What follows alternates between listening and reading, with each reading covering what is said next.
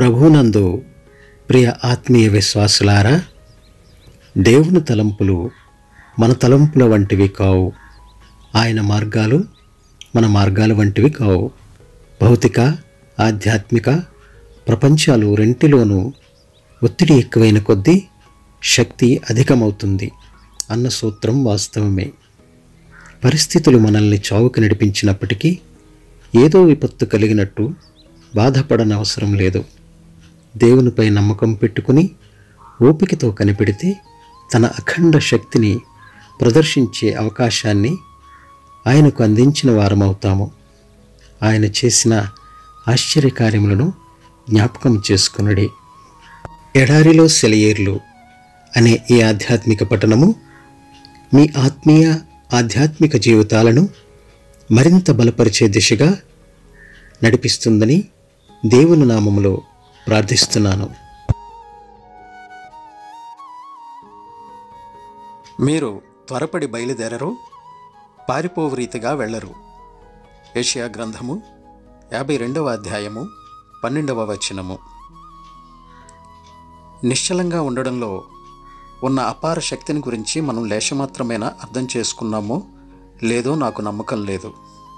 మనం ఎప్పుడూ హడావిడిగానే ఉంటాము, ఏదో ఒకటి చేస్తూనే ఉంటాము.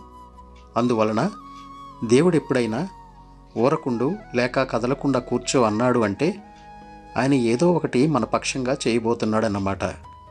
మన క్రైస్తవ జీవితాల్లో మనకు ఎదురయ్యే సమస్య ఇదే. దేవుడు మనలో పనిచేసే అవకాశం ఇవ్వడానికి బదులు క్రైస్తవులమని చూపించుకోవడానికి మనం ఏదో చేయబోతాము. మీ ఫోటో తీసేటప్పుడు కదలకుండా కూర్చుంటారు కదా మీరు. మన విషయంలో దేవునికి ఒక శాశ్వత ప్రణాళిక ఉంది.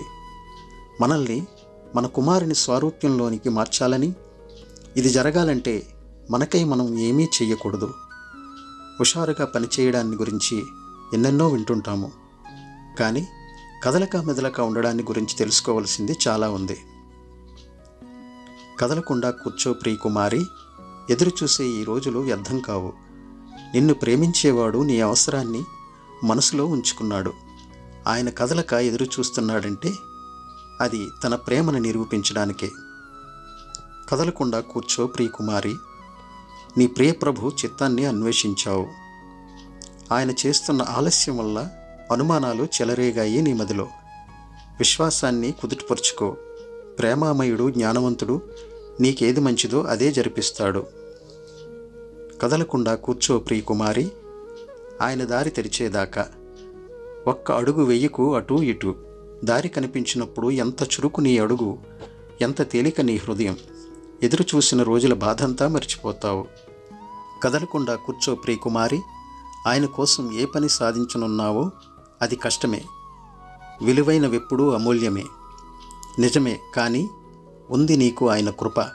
కఠినమైనవన్నీ అతి మధురమవుతాయి నీ కోసం.